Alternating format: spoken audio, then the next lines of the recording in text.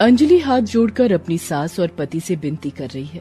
अंजलि का पति रमेश हाथ में डंडा लेकर खड़ा है और उसकी सास सरला गुस्से में लाल होकर अंजलि को बुरा भला कह रही है। अंजलि बस रोते हुए अपनी जान की भीख मांग रही है। मत मारिए मुझे, मत मारिए, छोड़ दीजिए मुझे। छोड़ दूं? अरे कल मुही, शादी से पहले तेरे बाप ने 20 लाख दहेज में देने का वादा किया था। अभी तक सिर्फ 12 लाख आए हैं। बाकी का पैसा कब देगा तेरा बाप? पिताजी कोशिश कर रहे हैं। इतने सारे पैसे जुगाड़ करने में थोड़ा समय लग रहा है। इतना सारा पैसा? अरे कमीनी, शुक्र कर केवल 20 लाख में तेरी शादी हो पाई, वरना तेरी जैसी काली कलुट्टी से शादी कौन करता? हाँ, हमारा नसीब ही खराब है। घर की बहू इतनी काली, ऊपर से दहेज का पैसा भी नहीं मिला। तू और तेरा बाप बहुत शातिर है। हाँ, तुझे सजा मिलनी ही चाहिए। ये ले। ये बोलकर रमेश अंजलि को डंडे से बहुत मारता है। अंजलि के सिर से खून निकलने लगता है। मारने के बाद रमेश और सरला वहाँ से चले जाते हैं। अंजलि आईने के सामने जाकर रोने लगती है। हे दुर्गा माँ, बचाइए मुझे, बचाइए। आखिर मेरी गलती क्या है? मैं काली हूँ, यही मेरी गलती है क्या? ये लोग मुझे मार डालेंगे। बचाइए दुर्गा माँ, बचाइए। अंजलि दुर्गा माँ की बहुत बड़ी भक्त है। वो रोज मन लगाकर दुर्गा माँ की पूजा करती है। असल में अंजलि बहुत गरीब परिवार से है और ऊपर से उसका रंग भी काला है, इसीलिए हमेशा से वो ताना सुनती आई है। काली होने की वजह से अंजलि की शादी भी नहीं हो रही थी। तभी रमेश 20 लाख के बदले में अंजलि से शादी करने के लिए राजी हुआ, मगर अंजलि के पिता एक साथ उतना पैसा दे नहीं पाए।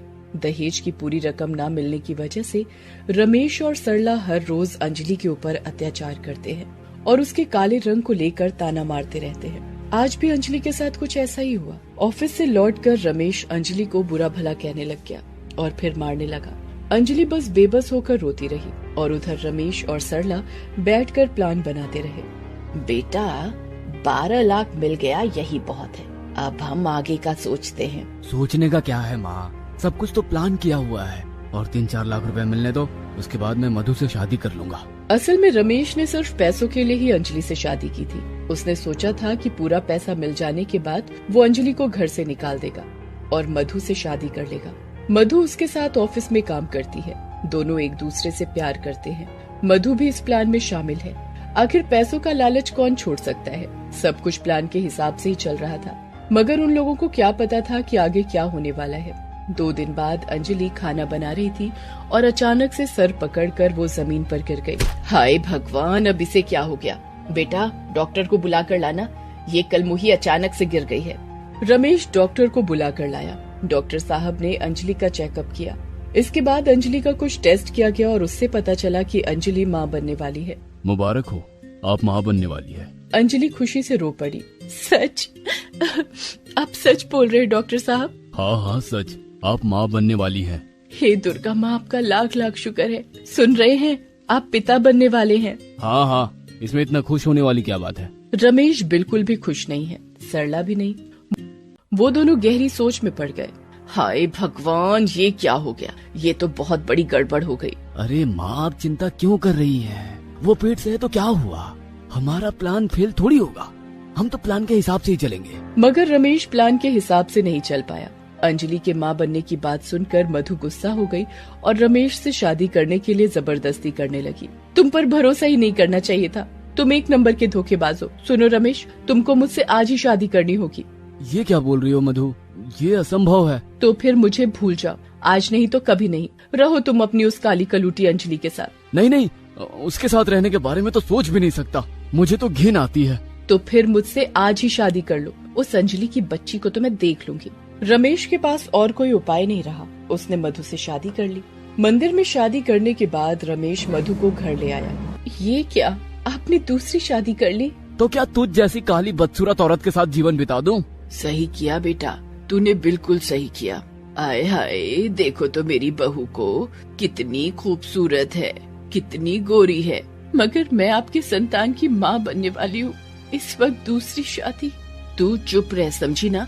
ज्यादा पटर पटर करेगी तो जान से हाथ धो बैठेगी। मैं जो बोलूंगी वो चुपचाप सुनना। हाँ मधु, अब तू ही इस काली चुड़ैल को ठीक कर सकती है। ये तो अपने आप को इस घर की मालकिन समझकर बैठी थी। आप चिंता मत कीजिए माँ, मैं इसे बिल्कुल ठीक कर दूंगी। ए काली चुड़ैल, हम तीनों के लिए खाना बना कर ला। अंजलि रोते हुए रसोई में जाती है और खाना बनाने लगती है।